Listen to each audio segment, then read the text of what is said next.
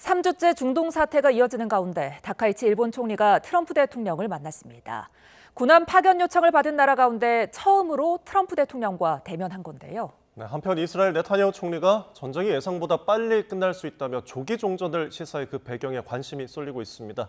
이 시간 문성목 국가전략연구원 통일전략센터장, 김대호 글로벌 이코노믹 연구소장 두 분과 함께 짚어보겠습니다. 어서 오십시오. 네, 안녕하십니까. 반갑습니다. 자, 트럼프 대통령이 호르무즈 해협 군함 파견을 압박한 가운데 진행된 이번 미일 정상회담.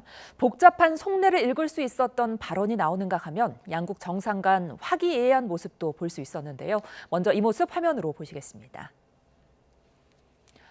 자, 백악관에 도착하자마자 트럼프 대통령에게 와락 안긴 다카이치 사나이 총리. 반갑게 인사를 나누던 중에 엄지손가락 2개를 치켜 세워보기도 하죠. 이렇게 상당히 화기애애한 첫 인사로 두 사람의 만남은 시작됐습니다. 공개된 자리에서도 단연 관심을 모았던 주제는 이란 전쟁 이야기였는데요. 트럼프 대통령은 일본의 적극적인 반응을, 다카이치 총리는 다소 원론적 입장을 밝혔습니다. Look, I expect Japan to step up because, we have that kind of relationship. そして我が国は周辺国に対する攻撃、ホルムズ海峡の実質的な閉鎖についても、これは非難をし。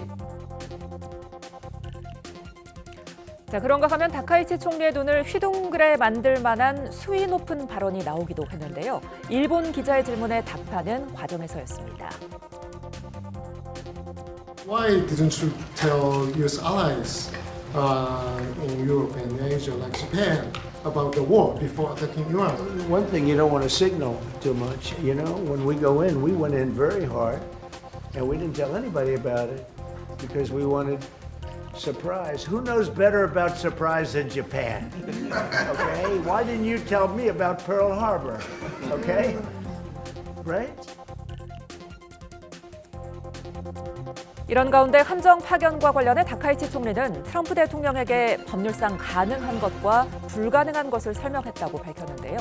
사실상 파병이 어렵다는 뜻을 전달한 거로 해석되고 있습니다.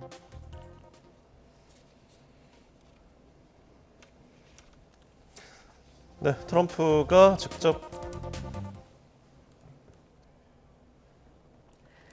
트럼프가 직접 군함 파견을 요구할지, 일본은 어떻게 대응할지 이 부분이 가장 좀 관심이 몰렸습니다. 일본 법률을 설명했다. 어느 정도 좀 어렵다는 입장을 밝힌 걸까요? 그렇게 봐야 되겠죠. 근데 이제 사실은 일본 내부에서도 그랬어요. 가장 어려운 시기에 정상회담을 열게 됐다. 예. 그래서 굉장히 부담스럽고 또 걱정을 많이 했던 그런 만남이었거든요. 그런데 이제 방금 화면에서 봤습니다만 첫 만남 자체가 이제 트럼프 대통령이 이렇게 안기는 모습이고, 또 다카이치 총리가 트럼프 대통령을 추켜 세웠거든요. 국제 평화, 세계 평화를 가져올 분은 당신밖에 없다. 그리고 이제 트럼프 대통령이 정말 듣고 싶어 했던 얘기가 있어요. 그게 뭐냐면 지금 이란이 주변국을 공격하고 호르무즈 해협을 봉쇄하고 이건 정말 잘못된 것이다 라고 규탄했는데, 사실 유럽 국가들이나 전 세계 국가들이 지금 미국과 이스라엘이 하는 행동을 침략 행위다, 국제법 위반이다, 맘대로 했다, 그래가지고 우리와는 무관하다, 그렇게들 다 등을 돌렸는데 다카이치 총리가 직접 면전에 와가지고 당신이 잘한 거다, 이렇게 세계 평화를 위한 것이다 라고 얘기한 것은 정말 듣고 싶은 얘기였고, 이거는 그 무엇보다도 큰 선물이었다고 생각을 합니다. 이게 결국은 이제 군함 파견에 대해서는 상당히 출발하기 전부터 얘기했어요. 할 수 있는 건 하고 할 수 없는 건 할 수 없다고 얘기를 하겠다라고 명확히 얘기를 했고, 그 얘기를 트럼프가 못 들었겠습니까? 들었겠죠. 그러니까 일본 헌법은 미국이 만든 겁니다. 미국이 2차 세계대전 종전과 함께 메가더 장군이 극동군 사령관을 하면서 평화 헌법, 다시는 일본이 전쟁할 수 없는, 다시는 고개를 쳐들 수 없는 그런 나라로 만들겠다. 그렇게 만든 게 평화 헌법이고, 그렇기 때문에 전쟁 상황에 개입을 해서 군사작전에 일본 자위대를 사용할 수 없다는 거는 미국도 모르는 바가 아닐 거예요. 그렇기 때문에 그런 얘기를 했다고 저는 보고요. 의회적으로 우리는 하고 싶지만 뭐 의사가 없는 건 아니지만 그러나 우리 법에 의해서 제한된다라는 걸 얘기했다고 생각합니다. 예, 일본 내에서는 지금 회담이 성공적으로 끝났다는 평가가 나온다는데 이번에 트럼프의 압박 수위 그리고 다카이치 대응 전반적으로 어떻게 보셨어요? 예, 그래서요. 어떻게 보면 다카이치 총리를 포함해서 일본 강요들은 고민을 많이 했을 거예요. 예. 어쨌든 다카이치 총리 마음속에는 그런 거죠. 강한 일본. 이제는 정말 헌법에는 그렇게 돼 있지만은 이제는 정말 위협을 받으면 전쟁이라도 할 수 있는 그런 일본 보통 국가로 만들고 싶은데 그런 차원에서는 미국과의 동맹이 그 무엇보다 중요하고 더군다나 경제 안보에 있어서는 미일 관계를 공고하게 이끌어 가야 되는데 군함 파견 요청 이게 바로 목전에 있으니까 이걸 어떻게 해야 되는가 하는 걸 고민 많이 했고 네. 그래서 그런 부분에서 저는 트럼프 대통령에게 정말 그 트럼프 대통령의 위신을 세워주고 그리고 또 한 가지는 경제적인 선물도 줬잖아요. 예. 그러니까 사실 트럼프 대통령이 미국을 다시 위대하게 미국의 어려운 경제를 다시 회복하기 위해서 관세 카드를 통해서 국제사회 여건을 찔러서 투자를 받아내게 하는 그런 차원에서 보면 트럼프 대통령이 듣고 싶어하는 보고 싶어하고 받고 싶어하는 것들을 들고 가서 줌으로써 어떻게 보면 우려를 좀 잠재우고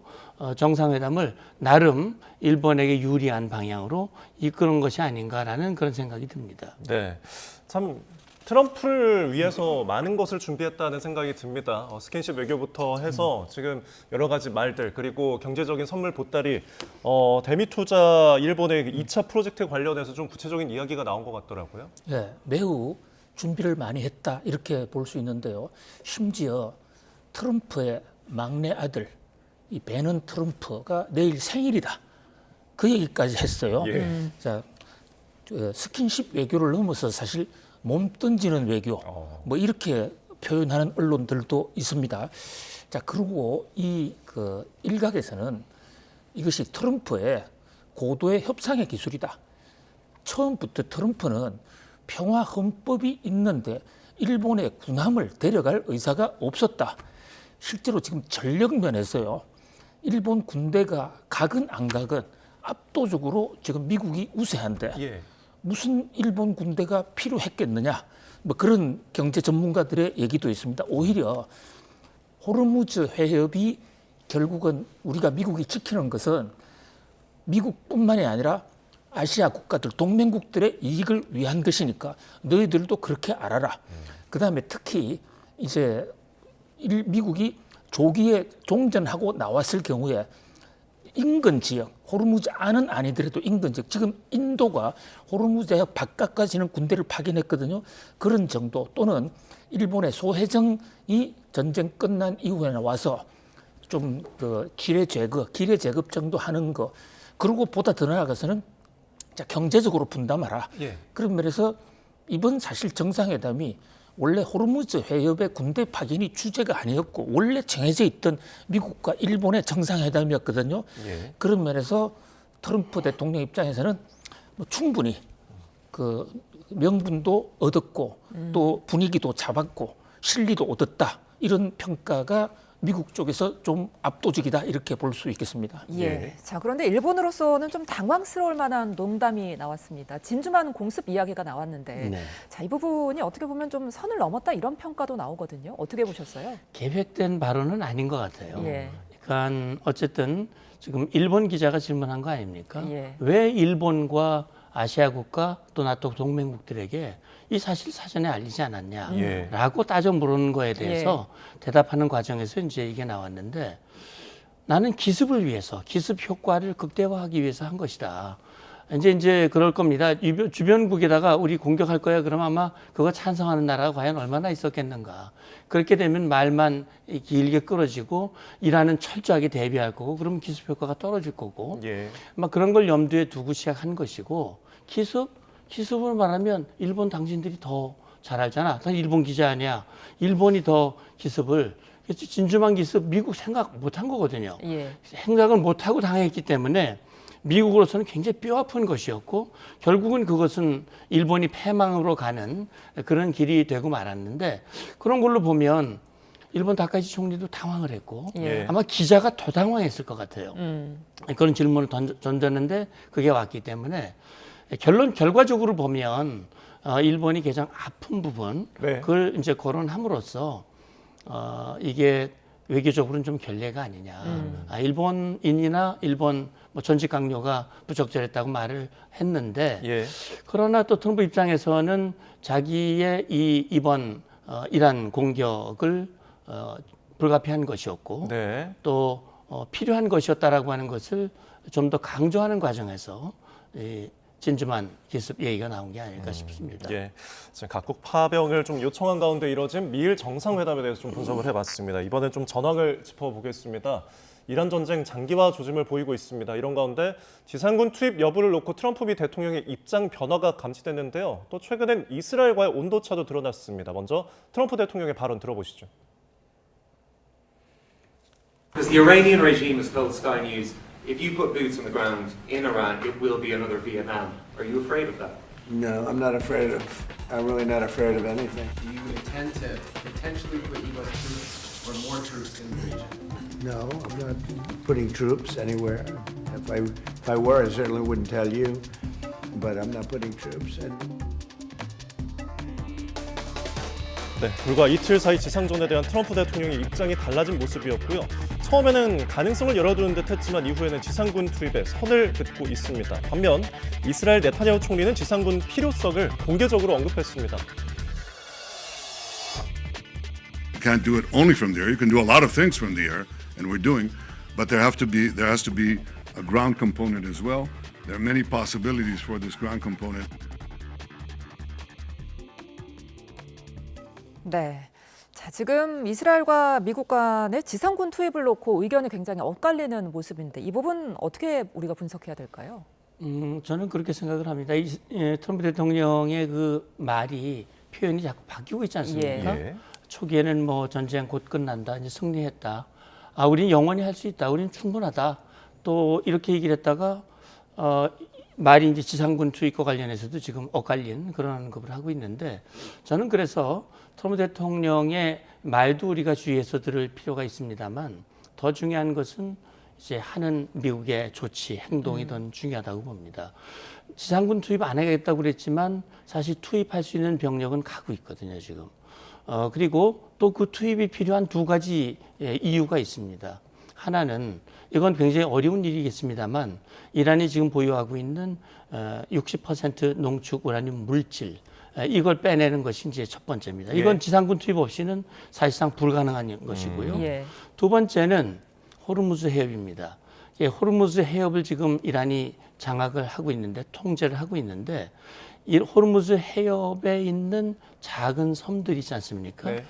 이 툰주라고 하는 섬이 있고 아우무사라고 하는 네. 아부무사라고 하는 섬들이 있는데 이게 보니까 내용을 살펴보니까 이게 원래는 UAE가 장악을 해야 되는데 이 이란이 강력한 힘으로 거길 무력 점거를 하고 그러다 보니까는 그곳이 이란의 영해가 되는 것이고 거길 통제하고 그 두 작은 섬 사이로 유조선이 다니고 있으니까 사실 이 작은 두 섬만 장악을 하게 되면 그럼 이란의 통제력은 상실될 수 있다. 그런 차원에서 지상군의 투입 필요성은 분명히 보이고 또 움직임이 있습니다. 예. 그런데 트럼프 대통령은 안 보낼 거라고 얘기를 했거든요. 근데 그 뒤에 달린 말을 우리가 봐야 돼요. 그 뒤에 달린 말은 뭐냐면 보내더라도 나는 말 안 할 것이다. 그렇습니다. 보내더라도 그걸 투입한다는 말을 안 할 것이다. 이것도 역시 기습이거든요. 그렇기 때문에 저는 지상전 특히 네타냐후 총리의 지상전이거는 이미 이스라엘은 지상전 지금 하고 있습니다. 레바논에 지상군을 투입을 해서 레바논에 있는 헤즈볼라와 직접 지상전을 지금 벌이고 있는 거거든요. 그래서 이 입장이 미국과 이스라엘의 입장이 좀 다르고 이 역할과 이런 것들이 좀 다르긴 합니다만 저는 눈에 보이지는 않지만 뒤에서는 끊임없이 소통과 공조가 이루어지지 않을까 저는 그런 추측을 해봅니다. 알겠습니다. 참 트럼프의 말이 오락가락하는 와중에도 그래도 이 시장은 트럼프의 말에 집중을 하고 있거든요. 확전을 좀 자제하는 듯한 느낌의 발언, 이 지상군 파병하지 않겠다라고 하니까 증시가 하루 만에 좀 반등을 했어요. 그렇습니다. 뉴욕 증시는 물론이고 금융시장은 지금 전쟁에 의해서 결정적으로 가격이 오르거나 떨어지거나 영향을 받는데 금융시장 스스로 챙기고 파악할 수 있는 자료가 없습니다. 네.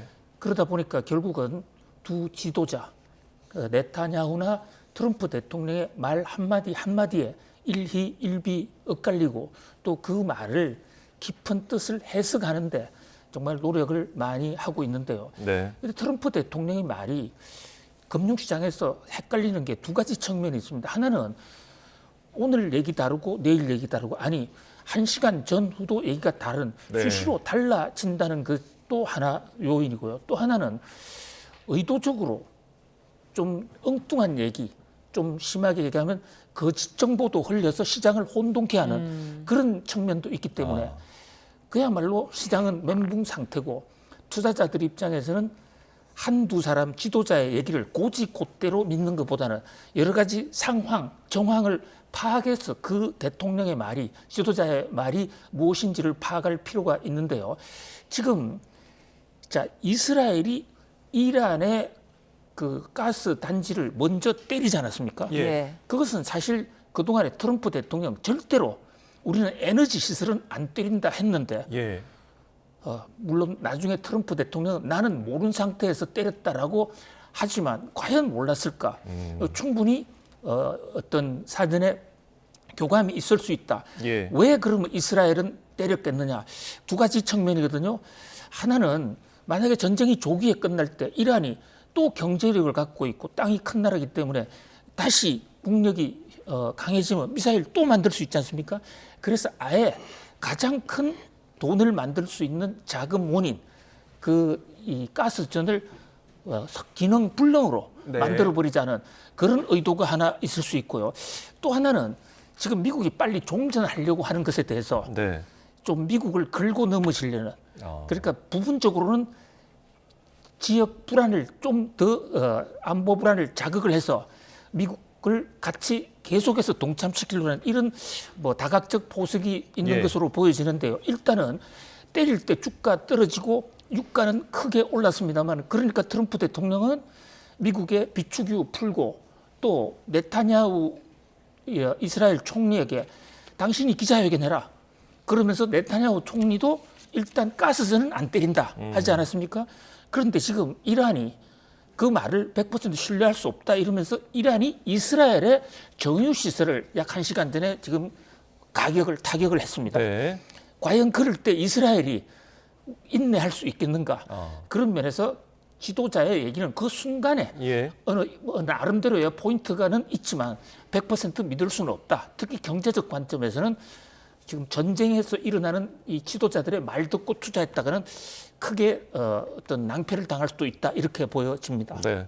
참 미국과 이스라엘이 같이 시작한 전쟁인데 좀 동상이몽이 보이는 듯합니다. 네타냐후 이스라엘 총리가 전쟁 성과를 강조하면서 조기 종전 가능성까지 언급을 했는데요. 들어보시죠. לאיראן אין היום אפשרות להעשיר אורניום ואין לה אפשרות לייצר טילים בליסטיים. אנחנו ממשיכים בריסוק היכולות הללו. But I also see this war ending a lot faster than people think. 네, 네타냐후 총리는 이란의 핵과 미사일 역량이 사실상 무력화됐다며 전쟁이 예상보다 빠르게 끝날 수 있다고 밝혔습니다. 국제 유가가 $110를 넘기는 상황에서 조기 종전 발언이 나온 건데요. 이스라엘이 미국을 전쟁에 끌어들였다는 일각의 주장에도 선을 그었습니다.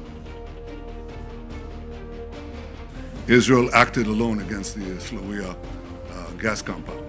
Fact number two, President Trump asked us to hold off on future attacks, and we're holding out. I want to close these opening remarks with one other fake news, and that is that Israel somehow dragged the U.S. into a conflict with Iran. Does anyone really think that someone can tell President Trump what to do? Come on. President Trump always makes his decisions on what he thinks is good for America. 자, 네타냐후 총리 지금 두 번째 기자회견을 했는데 압도적인 승리를 거뒀고 전쟁이 예상보다 빨리 끝날 수 있다고 말을 했습니다. 속내가 지금 뭘까요?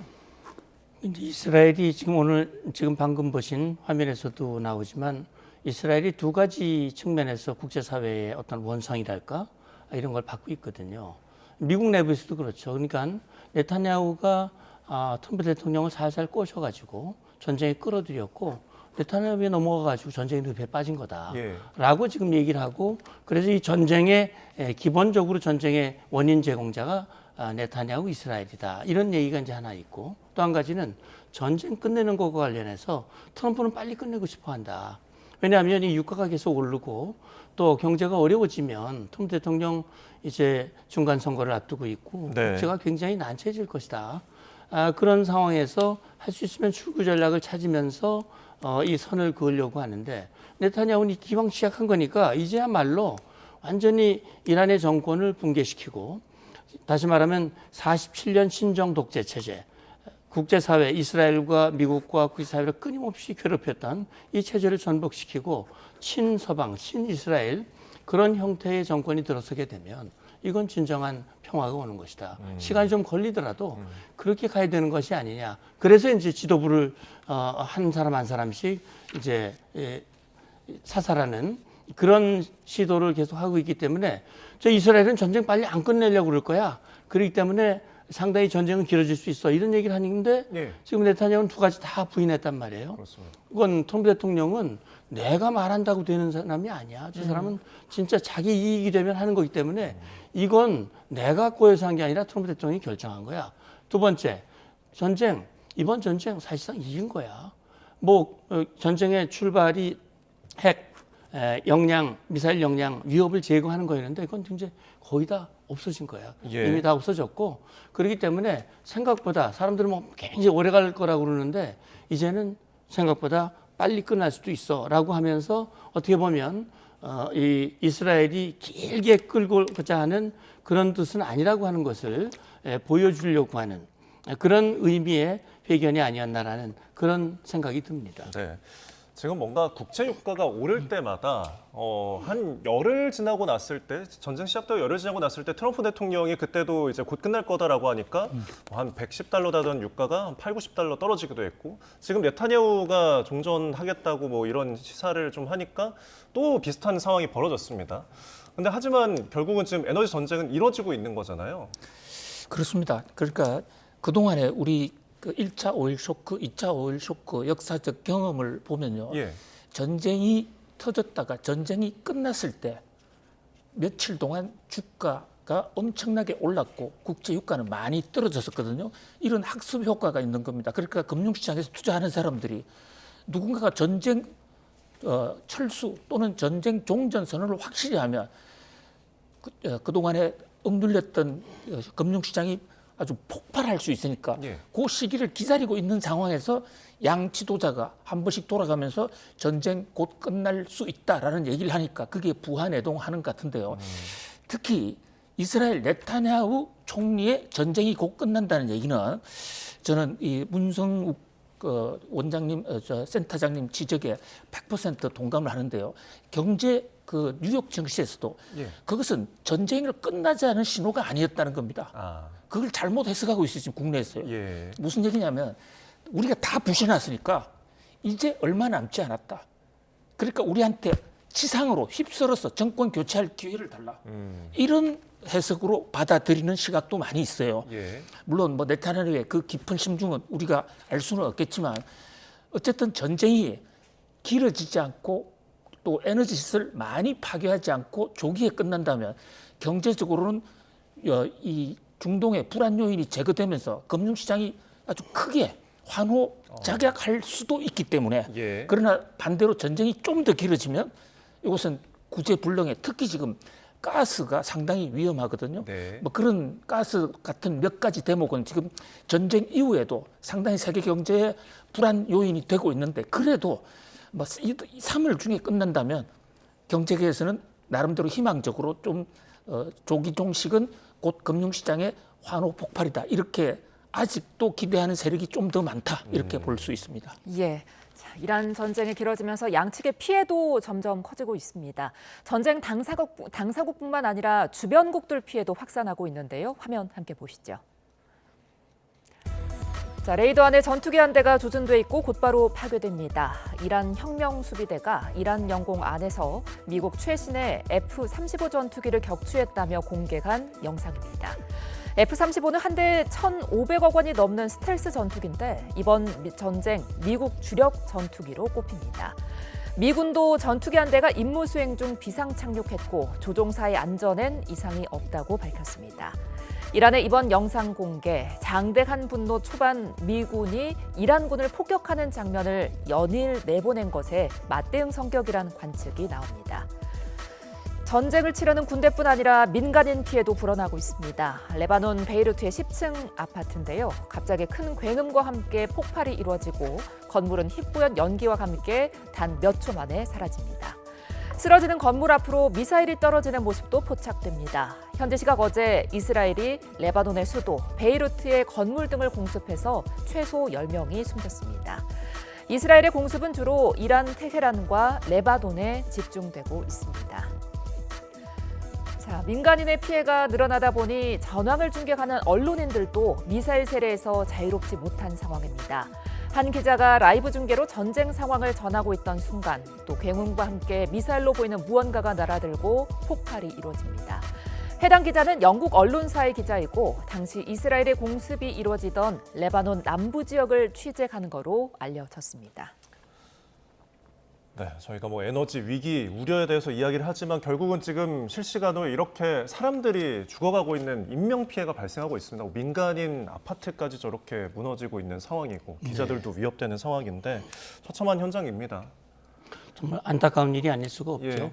근데 이제 이 레바논이라고 하는 것은 아까도 말씀드렸습니다만 그 이란이 이제 심어놓은 저항의 축 헤즈볼라가 활동을 하고 있는 것이고 이 헤즈볼라가 하메네이가 이 피살된 이후에 이 전쟁을 선언했거든요. 그리고 이스라엘을 공격을 하고 있습니다. 그러니까 이스라엘 입장에서는 그 헤즈볼라를 정말 대응을 하지 않으면 안 되는 그런 상황이고 이참에 헤즈볼라의 아예 근원을 헤즈볼라가 많이 약화된 건 맞습니다. 그 지휘관이나 주요 지휘자들이 이제 제거됐기 때문에 다만 지금 보면 그 헤즈볼라가 저렇게 민간인 아파트 안에 섞여 살고 있어요.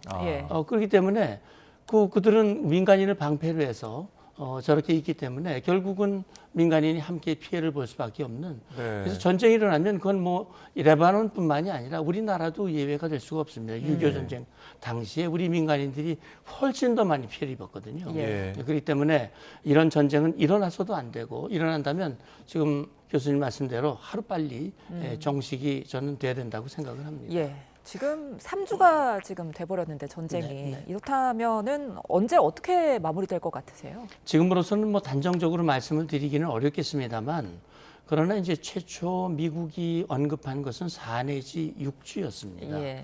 4주라고 하면 이제 일주일 정도 남았고요. 6주라고 하면 한 3주 정도 남은 거거든요. 대략 지금 우리가 추정해 볼 수 있는 건 이런 겁니다. 지금 트럼프 대통령이 3월 말에 예정돼 있던 중국 방문을 한 4, 5주 정도 연기를 했거든요. 그러니까 저는 전쟁을 어떤 형태로든 수습을 하고 그리고 나서 회담 준비를 해야 되니까 그리고 이제 해야 된다면 아마 앞으로 2, 3주가 고비가 되지 않을까라는 생각이 들고요.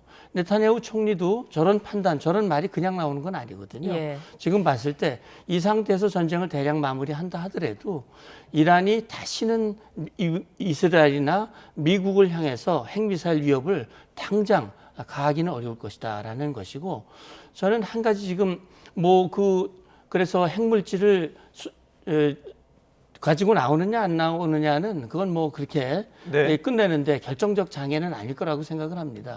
다만 마지막 하나 남은 건 호르무즈 해협입니다.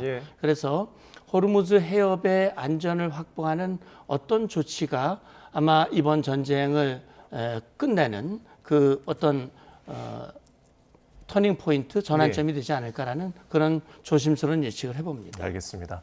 자, 이란 전쟁 이렇게 4주째를 곧 맞이하게 됩니다. 이런 가운데 북한도 눈에 띄는 움직임을 보이고 있는데요. 김정은 위원장이 군사 행보를 이어가는 가운데 이번에 딸 주애와 함께 신형 전차에 오른 모습을 공개했습니다. 화면 함께 보시죠. 김정은 위원장이 신형 주력 전차 훈련을 지도하고 있습니다. 눈에 띄는 건 함께 탑승한 딸 주의 모습입니다. 작은 체구의 김주혜, 탱크 위로 얼굴만 이렇게 간신히 쏙 나온 모습인데요. 전차 위에 앉은 김 위원장 옆에서 주혜가 직접 조종하는 듯한 장면까지 공개가 됐습니다. 북한은 이 전차가 미사일과 드론까지 100% 유격할 수 있는 능동 방어 체계를 갖췄다고 주장했는데요. 앞으로 이 신형 전차를 대대적으로 배치하겠다며 전쟁 준비 완성 계획도 밝혔습니다. 주의 군 행사 동행은 최근 들어 노출 빈도가 눈에 띄게 늘어난 모습인데요. 소총 사격 훈련과 미사일 발사 참관 등 김정은 위원장의 군사 관련 일정마다 함께 모습을 드러내고 있습니다. 네. 자, 지금 북한은 아랑곳하지 않고 군사행동 계속 이어나가는 모습인데 좀 어떻게 보십니까? 저는 저도 자녀를 키워봤습니다만 그것도 딸, 13살짜리 딸을 저렇게 권총 사격, 그다음에 저격총 사격까지 시키고 전차 조정까지 시키고 그렇게 키워서 어떻게 하려고 그러는지 저는 모르겠어요. 아무리 딸이 좋아도 저렇게 하는 것은 전 납득할 수 없는 그런 행보라고 볼 수 있는데 지금 이 전차 조정 장면은요. 그 시기가 언제냐면 우리 한미연합연습, FS 연습 마지막 날이었습니다. 그러니까 지금 김정은이 우리는 이런 역량을 가지고 있어. 핵미사일뿐만이 아니라 재래식 전력도 가지고 있어. 그렇기 때문에 우리는 이란과 거 달라. 우리한테 손대면 큰일 나. 라고 하는 것을 대한민국과 미국과 국제사회에 보여주고 싶은 그런 마음이 많을 거고요. 거기에 한 가지 플러스 한다면 내 딸 이제 후계자 될 수 있어. 후대도 든든해. 걱정하지 마. 내가 쓰러져도 충분해. 이런 의지도 같이 있어 보입니다. 알겠습니다. 오늘 두 분 말씀 여기서 줄이겠습니다. 지금까지 문상묵 국가전략연구원 통일전략센터장, 김대호 글로벌 이코노믹 연구소장 두 분과 함께했습니다. 고맙습니다. 감사합니다.